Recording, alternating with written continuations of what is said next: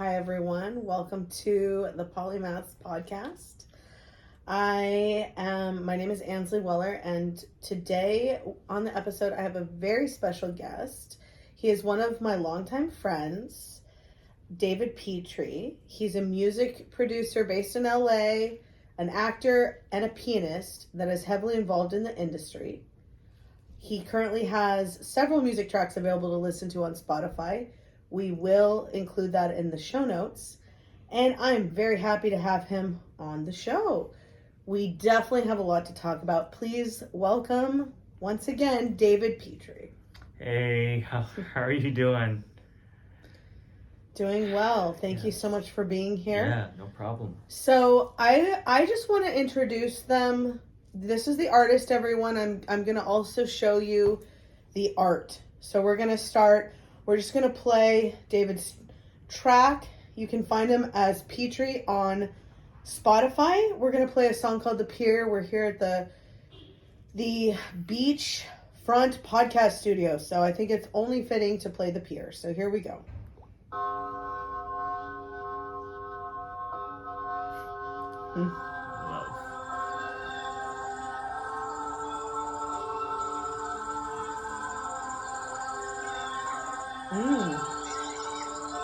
Super relaxing.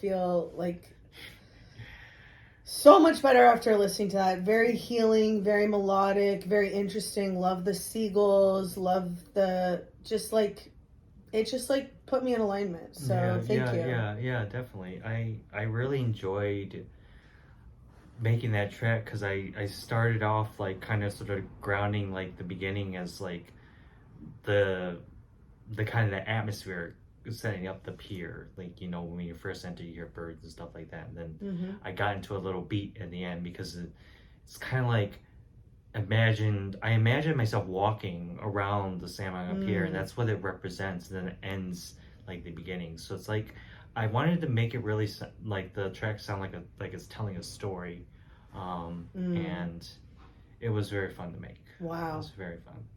It just brings you right to the beach. It just so it's like, yeah, that's amazing. And what was your intention for making it? I really wanted to try to really setting it up for healing, the track for healing, but also to maybe get it into a film. I see that track as something can be used in a film or background music. So yeah, I could see it in a video game too. Yeah, video game. Yeah, it sounds like, yeah, or just like, yeah, it's really, I definitely want to play around with it and help find a home for it. It's amazing. Yeah, like let's license it. And just it's all about creating atmospheres, and we're gonna go into that in 1 second. Okay, I have to. Okay, so I wanted to tell you guys that David and I have done a lot of music together. We have performed together, mostly at church, actually. I've been singing, and David's been accompanying me on the piano, and he is an amazing pianist. He's an amazing performance partner, creative partner. He plays probably like 10 songs in 1 hour service. He plays like prelude. He plays 3 hymns. He plays like a solo piece. He plays a postlude. It's like at least 10 songs every single service, and it's beautiful. It's mostly classical, but everything, really everything. How did you learn how to play like this, David? Like how he's an improvisational kind of a pianist as well. Like how, like you can read music. Like I took piano too. What like tell us, like how, were you always like this from the time you were a little kid, or like how did this develop? So I was in a music store in Michigan, which is where I'm from originally. I was in a music store and I was with my parents, and they saw me started playing piano naturally. Just playing piano. How old were you? I was 10 years old, 9 years old. God. Yeah. And you just started playing. Yeah. And so I started playing, and they're like, "Oh man, he's really good." And even the representative, customer service rep, was like, "Yeah, and he's good." And so they decided to buy me a little small electronic keyboard. It was maybe 54 keys. It's a really small. It's like this size.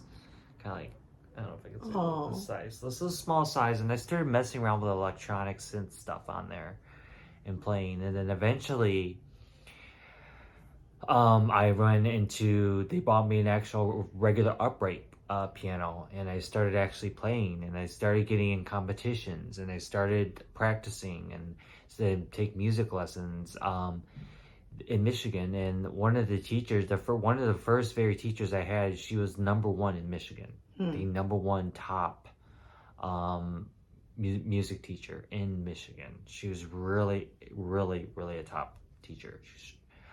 And you know, I kept on playing music competitions, got into the finals, performing, I don't remember, Beethoven and Mozart.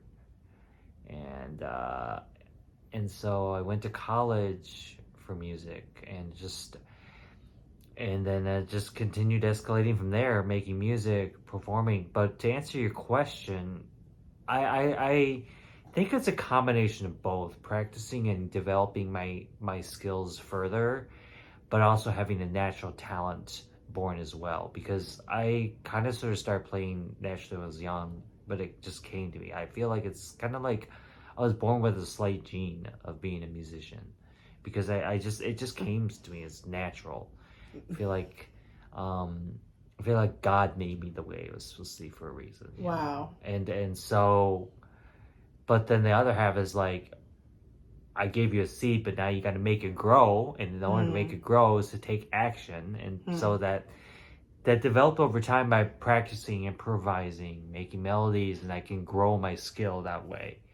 So the answer is it's a combination of both. Wow. So make a seed grow further by developing my skill better by practicing and doing that. So I love that you just brought up seeds. I think we have to sow many seeds, and we never know which ones are going to sprout or how they're going to sprout. And I actually would love this one to score one of the films that I'm working on. There's some short films, and then there's some feature films, and so like, it's because I know that you can match atmospheres with the correct music. It's tuning in and figuring out what the appropriate sound needs to be, right? So I love that about seeds. I think it really ties well into like the polymath concept, where if we're polymaths, because David and I,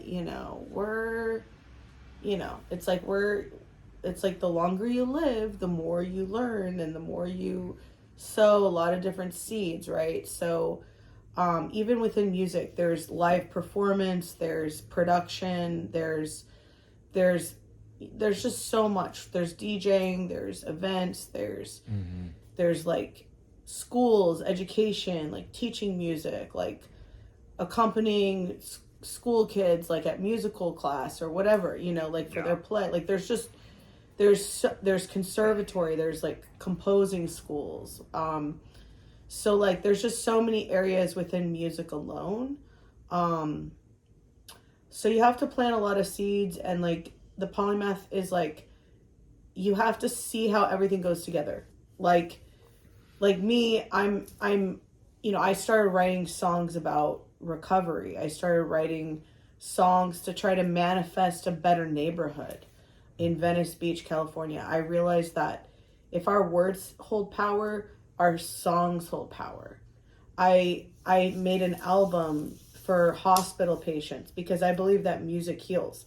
Like, I believe I was healed very much just listening to the track, The Pier, that you shared with us at the beginning of the show. That set this. I'm so glad I didn't even plan that or premeditate that. And that just like really set the stage. I think it's really important before, business meetings, even like when teachers are administering tests, like play classical music, play music, because it just puts us in alignment. Music is perfection, right? It is. It's music is, and I want to touch on what you said about music heals. That I believe it really says it all, because it's like there's a certain note or certain harmony that represents an emotion or feeling. Actually, statistically, that is the case. Take for example C minor. C minor is more like a sad, or if you play C minor slow, it's sad. Or if you have D major or A major, those are happy. So music is very healing, and it's very it's can be spiritual. Yes, it's almost like a language, music's a language, and it says so much. And so and it's perfect. It's literally perfect. And it's like there's also room for innovation in it too. Absolutely true. Yeah, there is room for innovation. That's for sure. There's so much. It's infinite possibilities in music. You can take a certain scale, make it into some crazy, huge, orchestra or piece or something, or you can, there's just so much experimentation with it. There really is, and that's what makes music so special as well. Top of being healing people, it can be innovative. It can change people's lives. It can it can um it can just pretty much innovate anything. I mean, it does a lot, and I that's part of the reason why I just want music's my blood, in my blood, and I mean why I professionally started doing that is because it's a language in itself, and it's healing, it's everything like we discussed, and I just love writing it. It brings about my spiritual self. It makes me feel so good. I'm very passionate about it, and it's very healing for me. So and I really just, at the end of the day, the music is for the other people. Like, I want them to have a good time, and I want them to enjoy what I'm creating, because there's just, as a musician, there's just, for me, it's no point. For me, it's just, in my opinion, I just feel like music should be expressed for others. It really should. People should hear it. You shouldn't just, for those out there, like, who are just like not wanting to release their music. I mean, get it out there, just get it out there, put it out there. Don't, because we're artists, we're musicians. We do want to make everything perfect, but I feel like if we stand there kind of like critique it so many times, it's a musician mindset thing. I believe it's like we want to make it perfect. It's not done yet. But we're working on it for a month. It's not done yet, when is it going to be done? It still isn't perfect. You got days where it sounds like sounds like something amazing. It's the most beautiful thing you've ever made. And then the next day it's like, well, this is horrible. So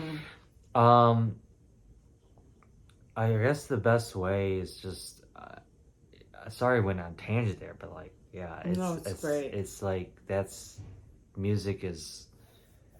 why I do it. So yeah. Well, okay, so you started when you were 10, Yeah. and did you just start playing and they're like, that sounds pretty good, like he's never played before? Like, Yeah. You just started moving your hands and it, like, something was there. Something was there. It's God put it in me there. It's there, and I started playing. It's like, it's really good. He really likes it. Not only is he like it, he's not too bad. Were either of your parents musicians? No. But they knew. They like knew, like, okay, like, he likes it. We got to develop this for him. Yes, he likes it. And they didn't have to force you to practice? No, I would do it on my own.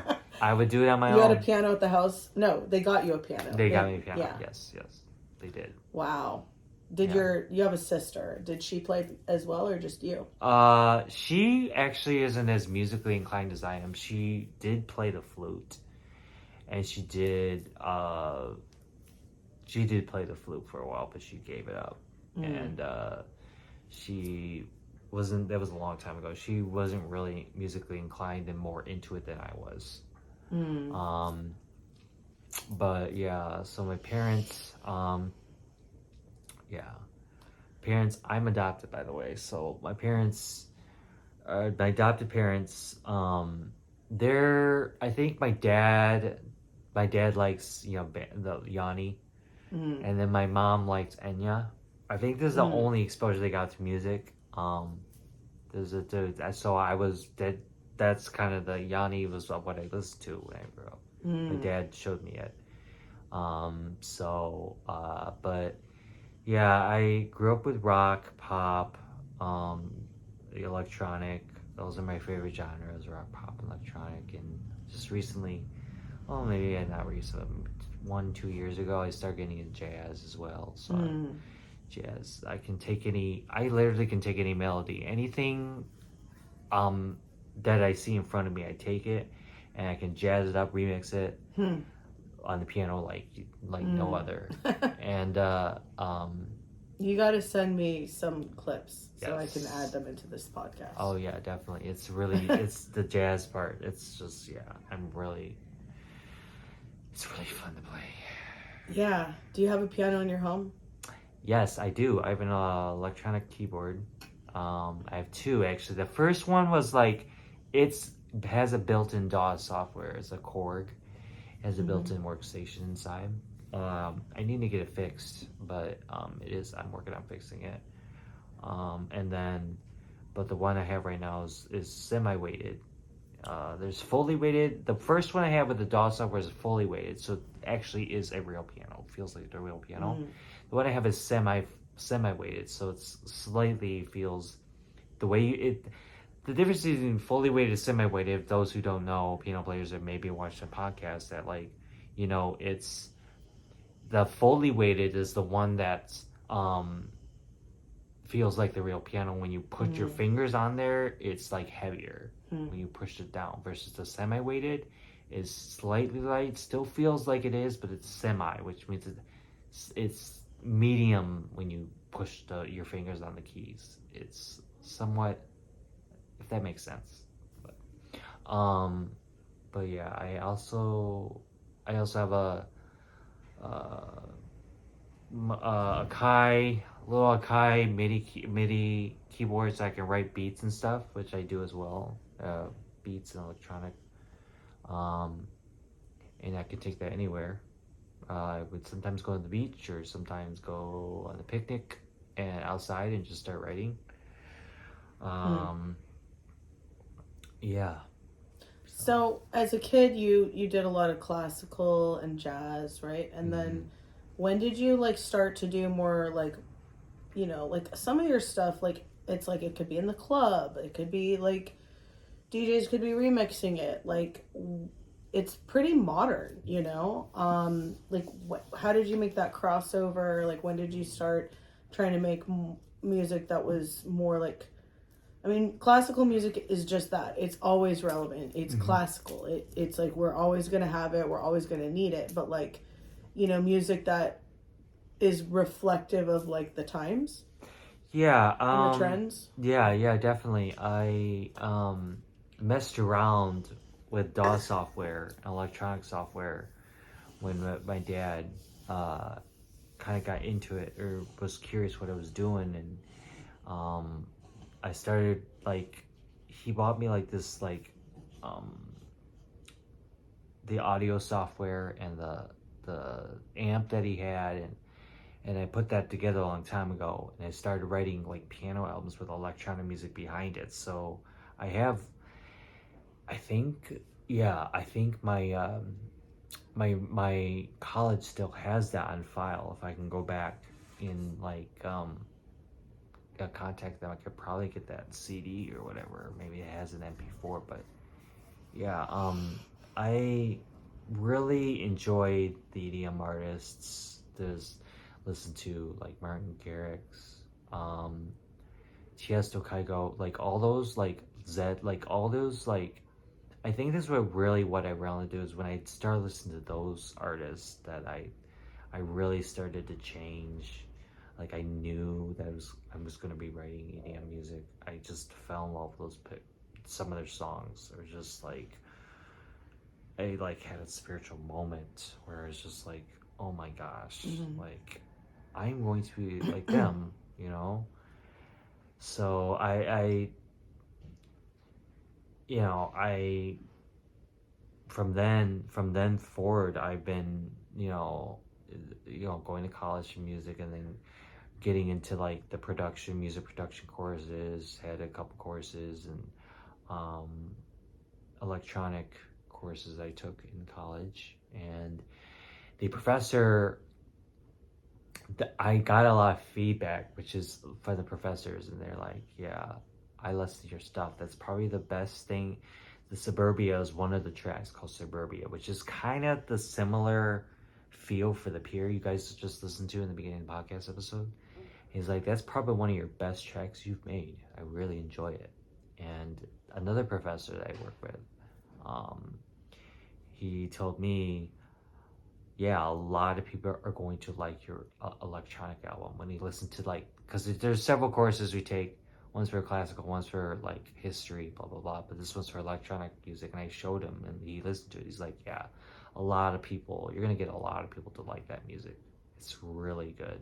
So a lot of people are gonna like that. So I have a way in writing electronic music that's more describes the atmosphere and situation with the sounds I make. I also am an engineer on the side as well. I do engineer, so I can write my own sounds via the software. There's the technical side. It's like you mess with the knobs, LFOs, and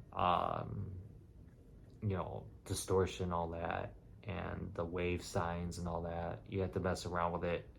For those who are engineers, they'll understand what I'm talking about. But the sound mix the different sine waves with the different LFOs, oscillators. You combine all the sounds together and it creates a sound.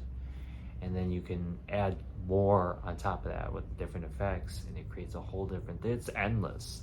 It takes a bit of time, to learn, but it's a skill I'm learning as well. And I've actually, developed a product to be able to give to people, play that. So, that I would say one thing that really helped me get into EDM or really get into that was the piano. I think if you learn the piano, you can pretty much do a lot of things, especially with the electronic music. And then for piano also will help you with if you want to do drums, also because of the beats and the timing.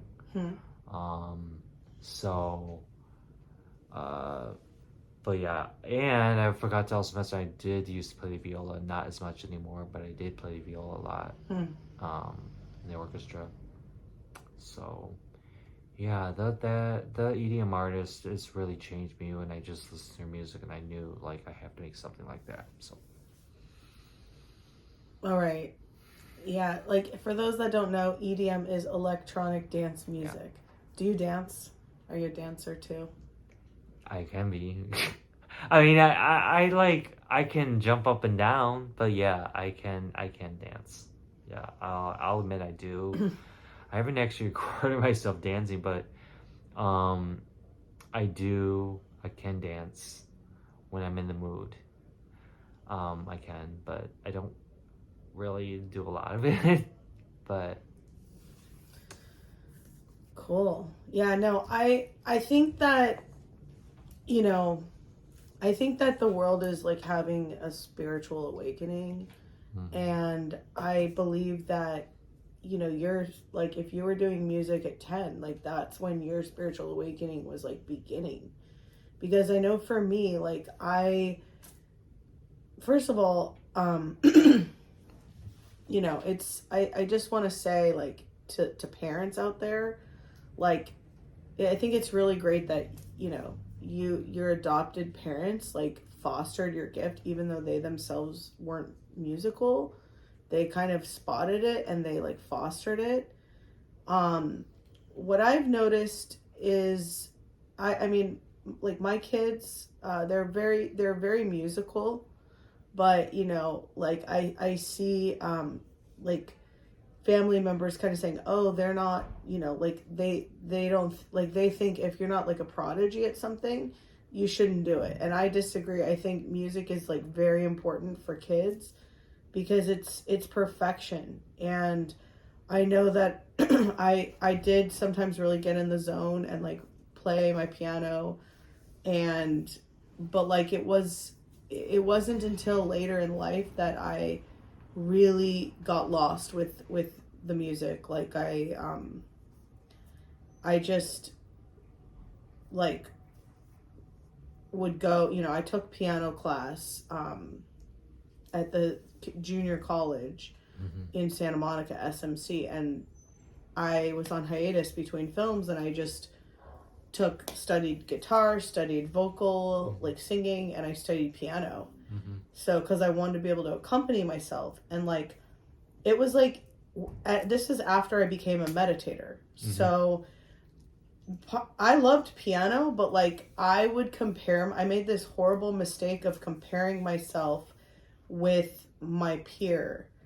And there was a girl in my school who ended up like going to conservatory, going to Oxford, studying music at Oxford, and like her dad was like in like the orchestra, like in London, like like she was not a normal person at all. And I was like, oh well, I don't play as well as she does. It's like, you were playing just fine, and I don't know. I just remember like begging my parents for guitar lessons, and they like didn't think I should do it. And I'm glad I found it eventually, but like, to be honest, like meditation really helped me learn music, like it, because I think one of the biggest hurdles is shame, right? Like kids who are performing, I think it's very important to, I did those recitals, and it's like, if you mess up, like you feel shame, and sometimes you have like a traumatic teacher that like makes you feel ashamed, or you have parents that say you're not good enough, or in my case, I had shame because my friend, who was like ended up being super like professional musician chick, like I was comparing myself to her, like a prodigy, and it's like, that was really ignorant. So I think that it's really important to like not have shame and not be perfectionistic, even though music is perfect. And there are barriers to entry. Like, there's so many people who have too much shame to sing, or have too much shame to play piano, even light piano.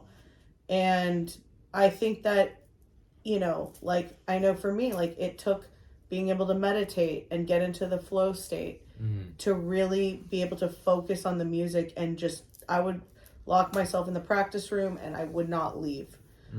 Right? So, yeah. So it's good that you did it. I mean, I have a lot of friends who, they did it, but like they stopped at some point. And it sounds like you never stopped.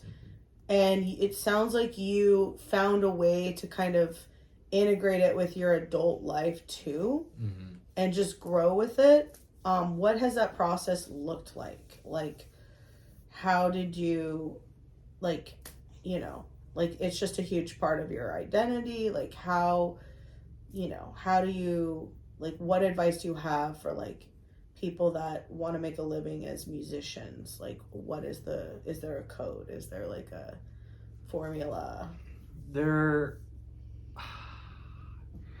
Well, right now the industry is a little different than it was like 10, 15 years ago. You used to be able to go and play wherever and get paid very well. A lot of stuff right now, especially the change in the music industry, has been pretty much number one, you have to know the business side of it.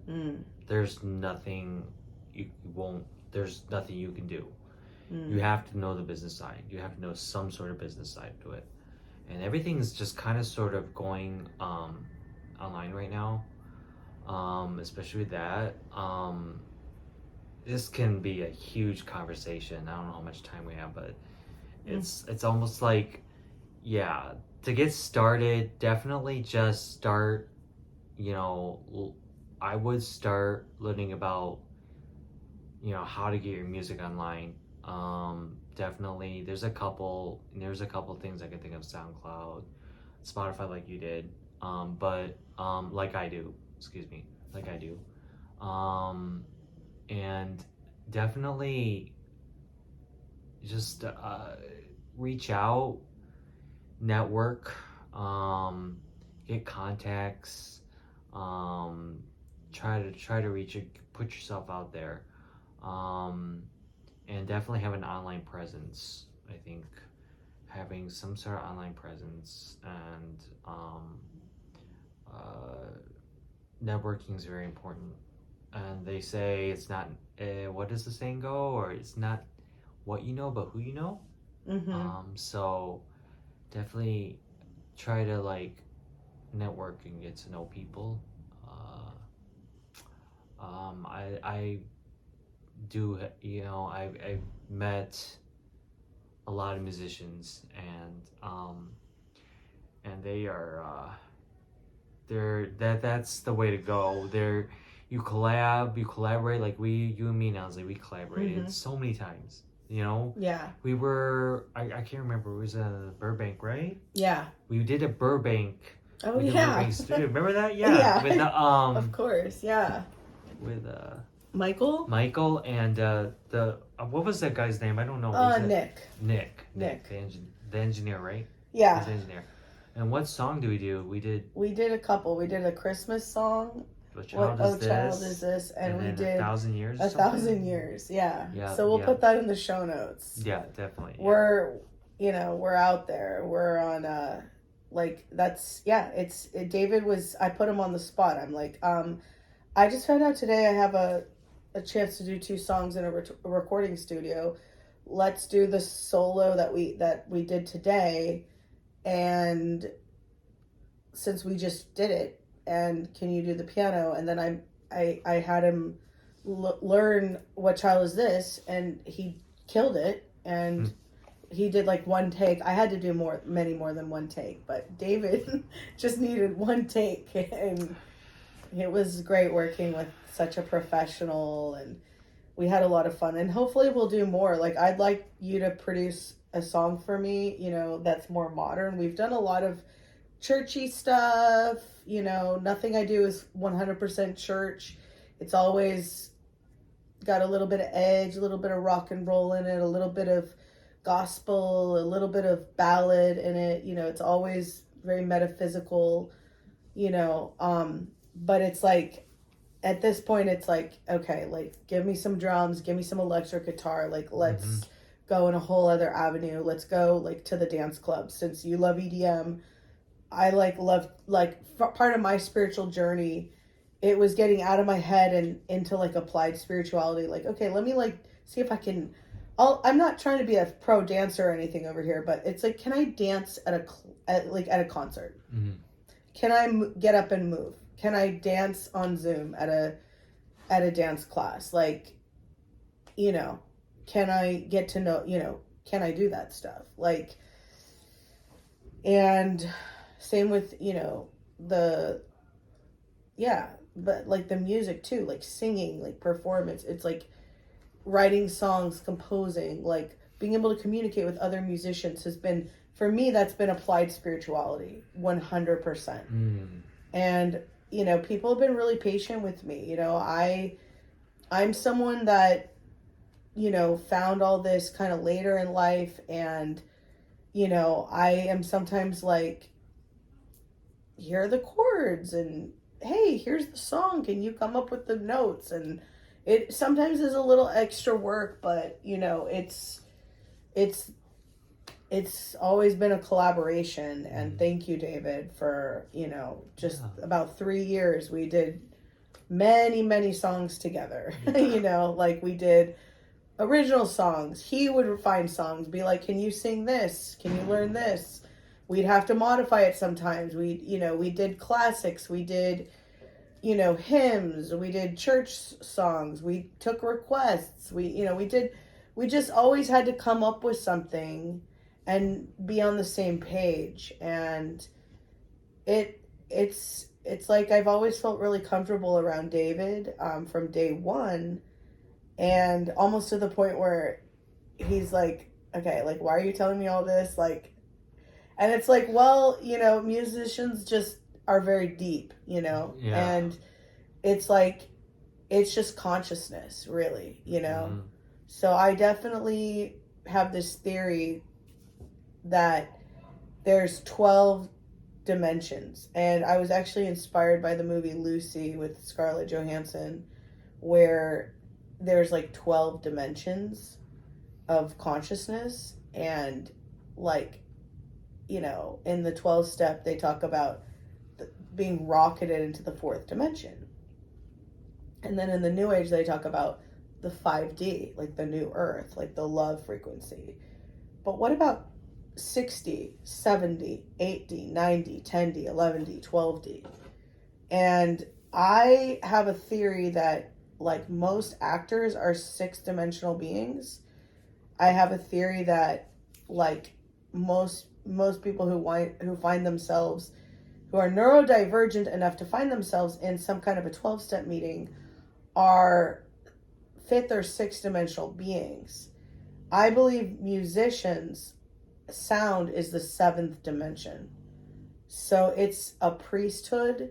It's a royal priesthood. It's, you know, it's high creativity. It's high manifestation. Like, it's like we can really use sound to really, like, create the future and manifest and heal. Like, sound heals 100%. Binaural beats, solfeggio frequencies. This stuff heals to get people moving. That's ceremonial magic, to get people moving to a beat. DJs creating an atmosphere, starting the whole party, you know, and that's what we did. You know, we put on a healing service every Sunday, and we wanted to create an atmosphere where healing was possible, both on the physical side of things and the mental side of things. And the music was a huge part of that. You know, without the music, how could people receive the message, right? So thank you, you know, for your service in that endeavor. And just being a part of it, it for me, it was very healing. Just, you know, to perform was extremely and is extremely healing. And I'm just looking forward to doing more stuff with you, like maybe at the hospital, you know, just creating atmospheres everywhere, you know, the places that need it the most, you know. Like, maybe you can come to the prison with me and, like, bring your option, yeah. your piano. Oh yeah, it's an option. There's a lot of musical guys there, actually. Oh, I didn't know that. Yeah. Wow. One of them got transferred, this guy Marvin. So I haven't seen him in a while, but he was like, yeah, I'm nominated for a Grammy, and, you know, he's like running his whole music business from jail. He's like, yeah, I have a music video coming out, and, like, I'm like watching the music video. I'm like, when did you film this? You know? So Interesting. yeah. So yeah, music gets people through really hard times. Like, I'm always getting the guys to, like, write songs, sing songs. Hey, will you sing for us? You know, and I'm very collaborative. If you want to rap, that's fine. You know, it's a church for creatives by creatives. Yeah. And that's, you know, that's really what I want to create now, is communities of creatives. And I know we've met a lot of my friends that are in bands, and we've been to some concerts together, and we've been on, you know, helping the unhoused on, you know, with food on Skid Row, and we've been to venture capitalists on Abbot Kinney. We've been from A to Z. Yeah, that's yep, I remember David that can't seem to get rid of me. No, I can't. I can't. Done a lot together. I think that's crazy. Yeah, we've gone through a lot of what I call initiations together. Yeah. And David's very, you know, you said you're adopted. I want to ask you about that. So I actually know a lot of adopted people. I'm surrounded by adopted people. Like, the film team that I'm part of, like, everybody's adopted on it but me. And I'm just like, why am I attracting all these adopted people, right? And it's like, it's a beautiful thing. I want to, like, I have noticed how adaptable you have been to all the different things that we've done together. Like, whether it's literally, we've been, like, we've been in some, you know, like, the Skid Row, like, feeding the hungry, literally. Like, it's biblical. Like, it was so biblical. It was so special. From that to, like, okay, David, we're going to go meet a billionaire today. You ready? You know, it's like, we've done it all. Like, we've been to all these different shows and been in the studio, and, you know, been in the church and all these different places. And, like, do you think that that there's a correlation between how adaptable you are to different environments and being adopted, because I have heard theories about that, like adopted kids like have to work really hard to like mirror, like what was it like being adopted, like where are you adopted from, like I'm from South Korea, so I was originally from South Korea. I moved here very early. I think it was like 6 months to a year. mm, And I don't have any recollection of South Korea, so I don't mm, know exactly right now. And I'm currently right now looking. By the way, I love my adopted parents. They're really taking good care of me. I do. But right now I'm currently seeking to find my real parents and call a couple agencies, and I'm looking to hear back from them, but I haven't found them yet. It's I literally adapting to my environments is like, I guess for me there's some lows. I do suffer from sometimes low self-esteem, so I need like to like um adapting to the environment. It can sometimes be a little bit of a struggle to for the identity purposes, where I believe I'm this way even though I'm not, based on objectively like looking on the outside, but you're not, because that's objective, not subjective, as we all know. Subject is on the inside, and objective is the outside. So it can, people's opinions can sometimes affect me a little bit, and I'm sensitive, very sensitive. I'm a musician, well, I'm sensitive obviously, but yeah, but I'm one of the things about being adopted is just the past trauma, but that you just don't know your real mother, so you have a loss of a motherhood there, so you're gonna feel abandonment. Abandonment issues will come out. Every once in a while I do feel like, oh crap, everybody doesn't like me, or it's like I feel abandoned, and it's very, this can get really deep, and I don't know how deep I want to get into this, but like I used to run away from home. I used to run away from home a lot because I felt like I always had to be on the run. I was a runner. I was adopted. I was a runner, and it's like, I don't know where I'm going, who I am, but things have changed today. And although adopted is who I am, it's my identity. It is. I am adopted. I take it as today as something of a positive nature. yeah, I do. It's something that's going to be positive. It does define me, but like it doesn't do it in a way that's going to like doesn't make me feel special than anyone else. I'm not better than anyone else. I'm not less than anyone else. It's just, it's something that's making me better and providing me a ground for a solution. The solution is to become myself, and with identity, that's music. I love that. Music, and just becoming who I am, standing up for myself. Lately, I have been in certain situations. I've definitely stand my ground and stand up for myself. Speaking out, like all those things, like gaining that confidence, providing confidence, positivity, self-love, self-care, all those things, is the solution to that. From all that past stuff I dealt with. I do not regret being adopted. This is a somewhat of an opportunity to get better. So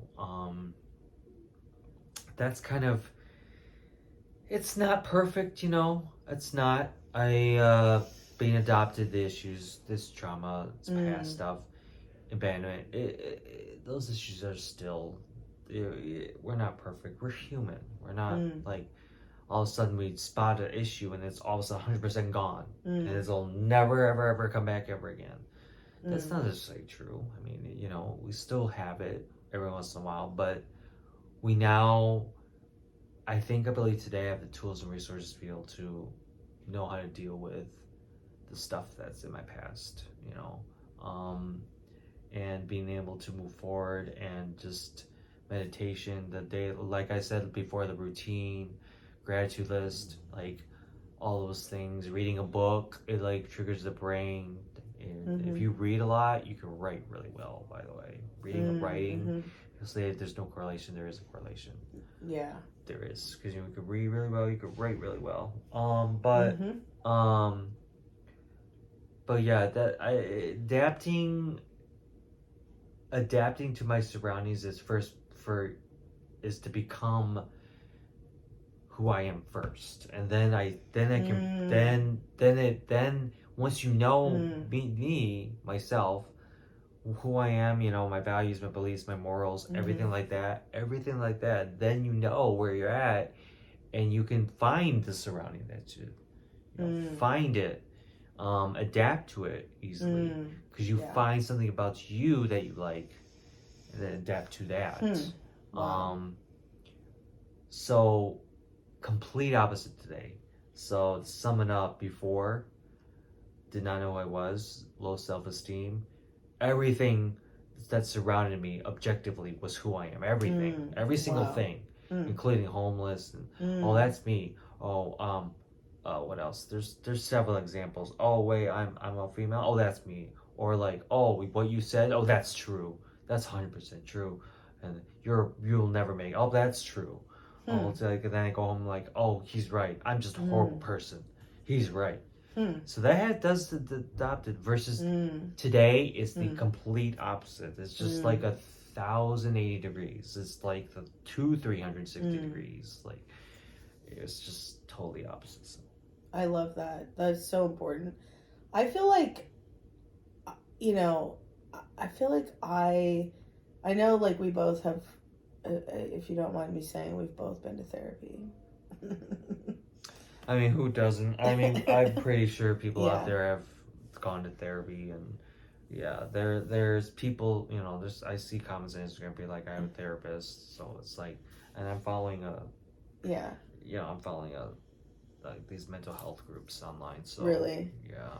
Because, like, that's, like, you know, like, I think that's, like, what the therapist is kind of trying to, you know, like, what you just shared, I feel like that's what, like, therapy kind of tries to get me to do, is kind of, like,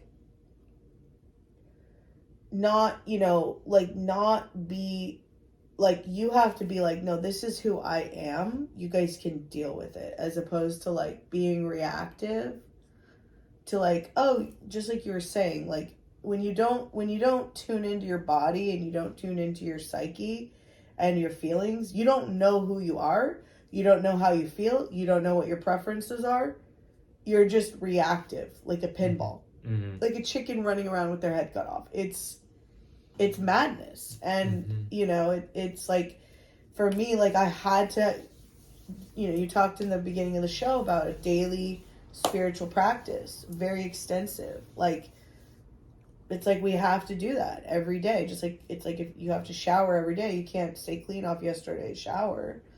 It's the same with like we have to kind of keep coming back to like our internal like field, like, okay, like, how do I feel, like, what are my preferences, like, we have to tell the world who we are, you know? Yeah. Right? Yeah. So we can't just be so reactive. Right. And it takes a lot of power to stand up to people and be like, no, like, right. I won't do that. Yeah. That's not honest for me. You know, that we're both, how long sober are you? Like, how did you, you know, beat out, what was the deal with all that? Because we're both sober, so. Yeah, meetings make it, it's recovery, I went through AA for a while, and the meetings and the people, the community, like getting to just be around a community of people that are like you, like-minded, is helpful. Because you don't want to do life alone. And I think that's one of the reasons why I went through that drug and alcohol issue, is because I felt alone and isolated and just didn't quite feel like I fit in. Being adopted alcoholism, I mean, there's obviously, I had some more underlying issues, as I mentioned before, about my adoption, but the alcoholism, like, I just, because of those issues that I did not want to deal with, I ended up drinking and using drugs and substance abuse. So that's really what happened. And I finally got to a point where I'm like, I'm not doing it anymore. So I ended up going to meetings, and I surrounded myself with like-minded individuals. We share stories, and you can relate to it. Community is important for anyone. I think community, you gotta find community people that will support you and like you for who you are. Find somebody who will, like-minded individuals who will definitely, just relate to you, like I said before. And support is very important. So and kind of just deciding like, hey, that's not me anymore. Like reaching like it really is like, I think like what I keep hearing in this conversation is like identity work. Like we're, we constantly talk about spiritual stuff. We're constantly trying to develop ourselves and experiment in the world, and like, we've had a lot of powwows, and it's like I feel like we always go back to like, okay, like what's our identity? Like like whatever that is, like what setting are we putting ourselves in? Like where are we living? Like how are we letting people treat us? Like how are we like what are like tuning into like a frequency of like more more gratitude or more wins or more like just figuring out like I think sobriety is about building a life that's more honest for you, that is more like minding the gap between where you are and where you want to be, and knowing that part of life is you're always going to be expanding. You're always going to be wanting to move forward and progress, right? So it's normal that there's always going to be a gap. There'd be no expansion. True. So well, tell me, David, like, do you consider yourself a polymath, and what areas of expertise do you find yourself weaving together most often? And like, how has that helped you like thrive in your life and like solve more problems? Like, you have a lot of different areas of expertise. And I do, and I really do, and I can analyze things pretty well. I do a lot of research online. I know what sources to do. I can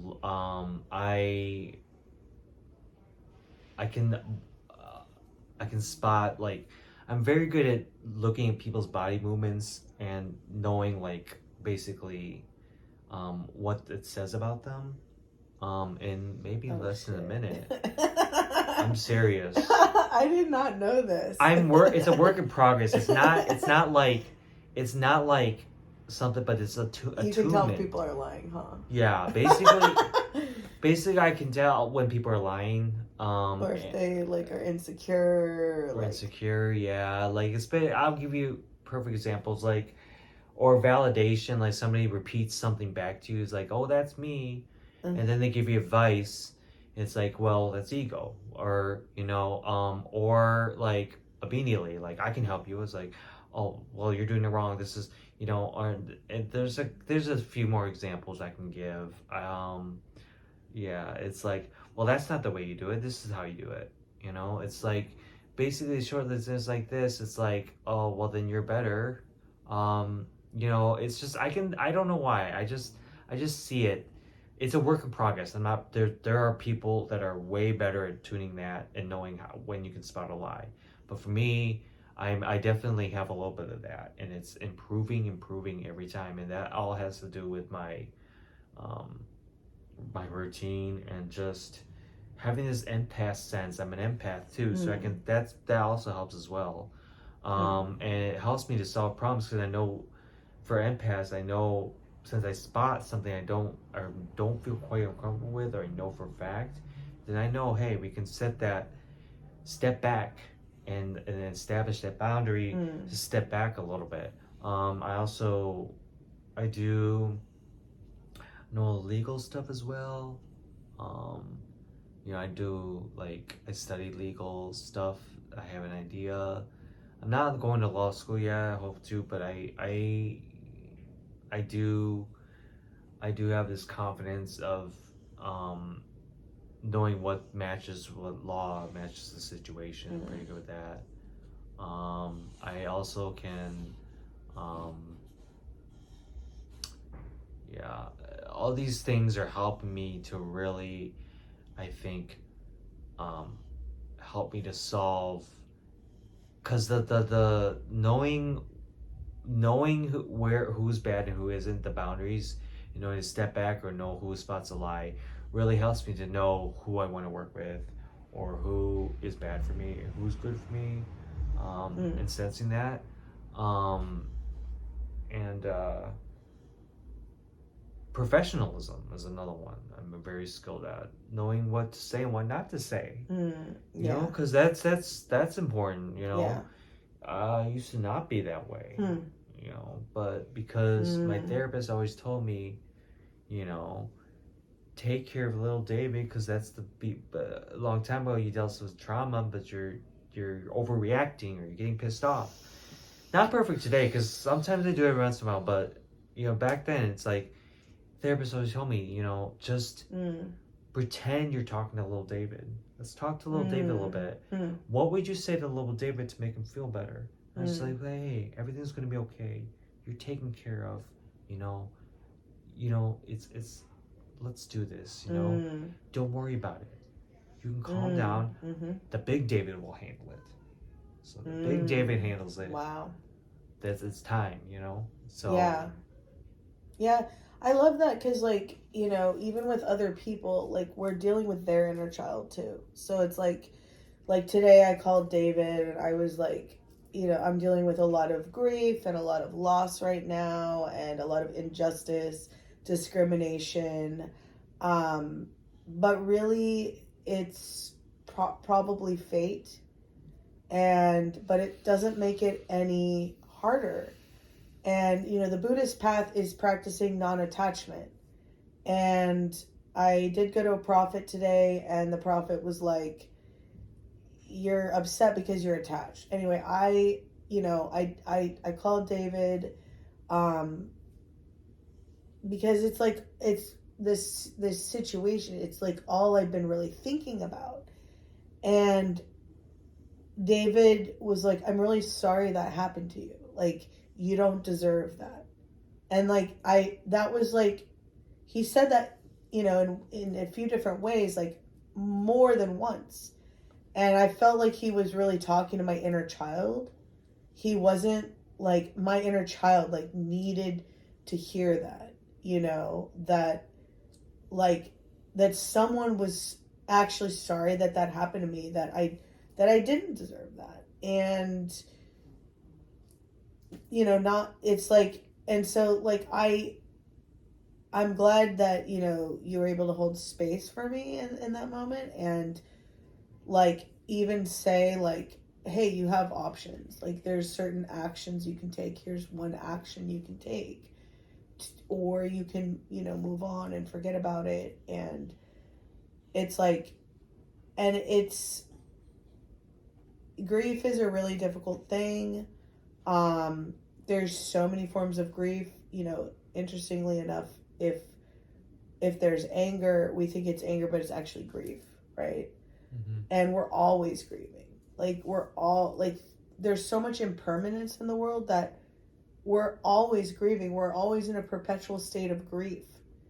And it's like, we can't get attached to ideas that are old ideas. An old idea no longer useful to God, like no longer useful to the universe. Like, whatever it is. Maybe we have to move. Maybe we have to like get promoted. Maybe we get demoted. Maybe we have a baby. The baby's only going to grow. You know, I'm looking at my puppy. If you see me looking off in the distance, it's at a puppy.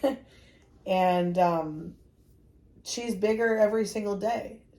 She's always changing. She's always in a, like, I can't get too attached to her state as a puppy because she's changing. And so it's like, I love what you're saying about, you know, professionalism being tied with like inner child work. And I think that it also has to do with like active like listening, like really like, I think people just want to have a voice, right? And they want to know that, hey, we're all on the same team. So why is there ever, like when there's conflicts, it's like, hey, we're on the same team. Let me hear you out, you know? Let me hear you out. I'd like to be heard out. And we're going to have faith that there's a solution that works for like everybody here, you know?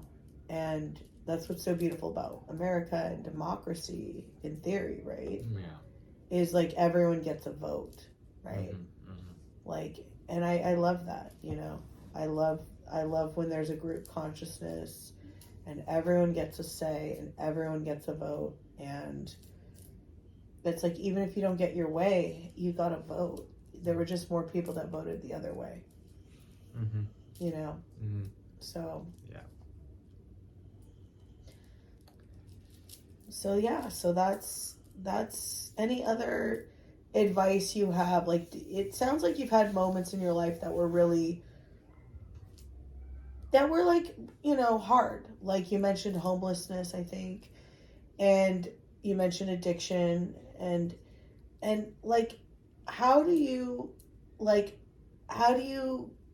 become, you know, go from survival mode into thriving mode? Like, how do you use your polymath nature of being good at all these things, you know, being highly perceptive? Like, let me ask you though, before we get into that, what does my body language say?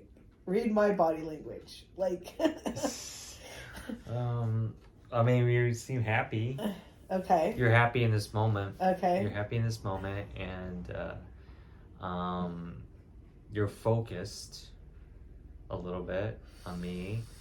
You're stressed out. You're trying to focus, but you're a little stressed out about something.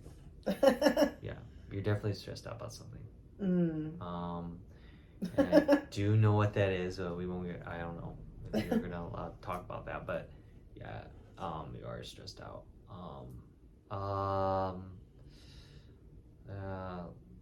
Yeah, worried, stressed, and worried. Oh shit. Yeah, stressed and worried. Those are two things. I do not want that. Like, I think body, like, it's like the body doesn't. Yeah, because you were playing with your fingers. It was like worry. And then stressed is like you're that as well. Oh. So that's what I'm thinking, you know. But anyway, go ahead. So I mean, this is useful, you know, because I want to pay more attention to people's states and stages of being in consciousness.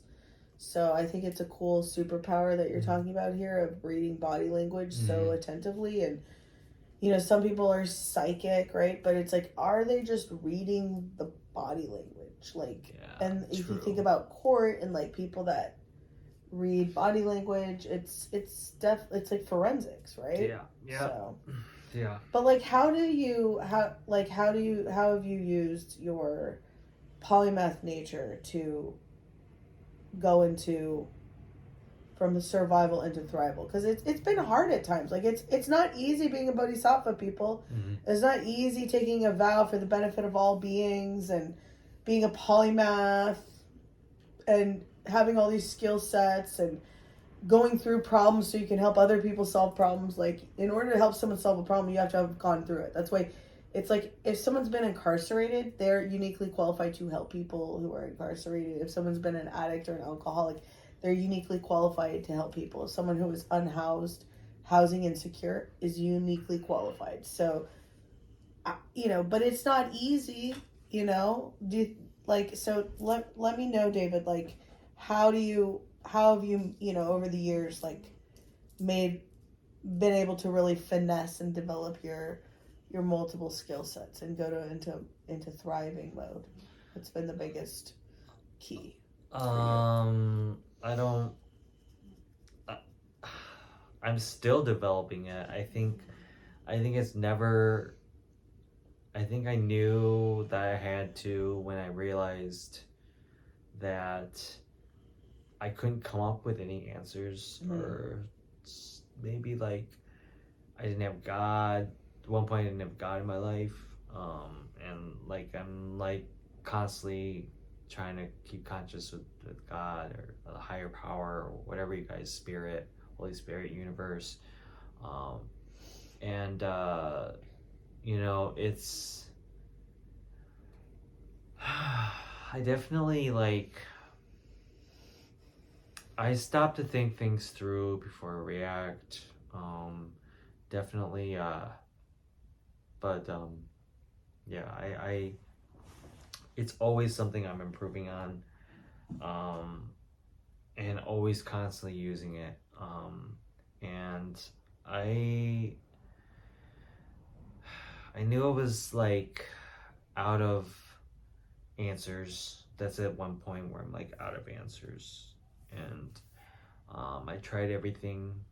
I tried it all, especially when I'm drinking, using. I tried it all. Like, I did it. Drinking drive as a minor. Like, I really thought when drinking, using take over my life, I really thought, I just like, I'm gonna do this rest of my life. But then it just got to a point where I'm done with it. I'm sick of it. And I used my skills, being like, I'm smart. I got a degree. I can read. I started improving all my skills, my polymath. I think it came out once I got sober. I think my polymath came out because I really wanted to like, be like, hey, there's so many good things I'm at. There's so many skills I can improve on. I've realized a lot of things, and I'm using it now to survive and thrive. And I'm always, I guess your answers to your questions, I'm always constantly improving. And that's when I got therapy, when I stopped drinking and using, all those things where I got help is when the polymath started existing and I started utilizing it more. When you sought help. Yeah, when I sought When help. you were like, okay, I don't have all the answers. I'm going to surrender. I'm going to ask for help. That's when you started noticing it. Yeah. Awesome. That's really good advice. That's really good feedback to just, like, relax. Nothing's under control. Like, we don't need to be control freaks. We don't need to be in control of everything. We don't need to, sometimes we have to let go and humble ourselves, right? And ask for help and not have all the answers, right? Yeah. So, that's great advice. Yeah.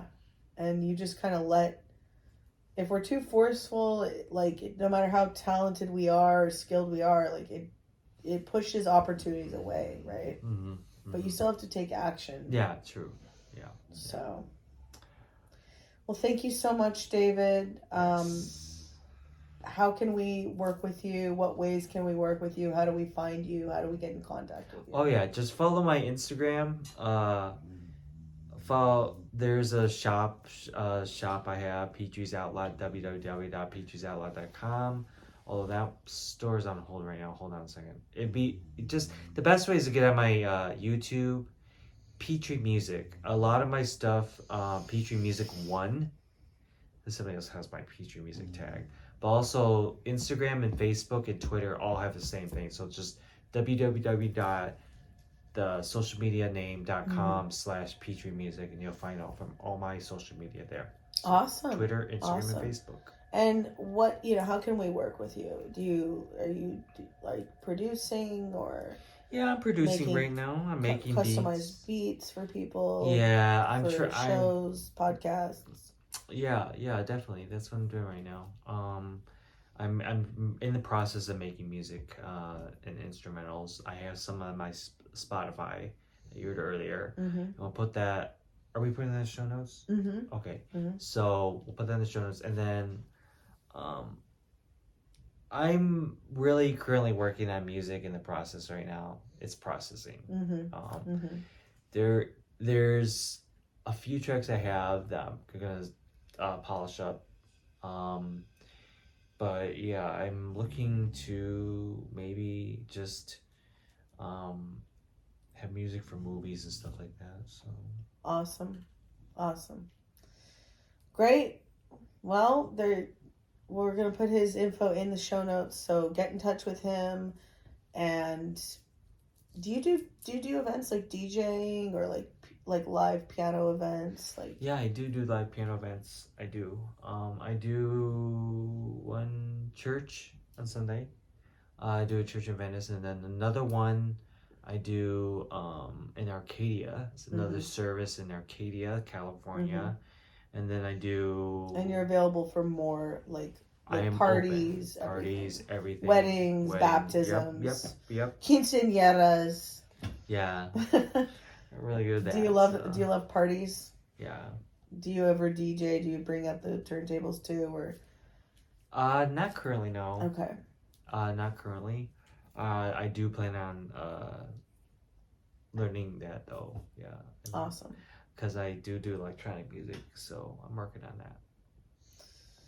Awesome. All right. Well, thank you so much for being on the show, David. Yes, no problem. Being such a great friend and music partner and, just up for everything, up for every crazy adventure. And, yeah. So to be continued. Definitely going to have you back on the show. Yes. And bye for now. Bye.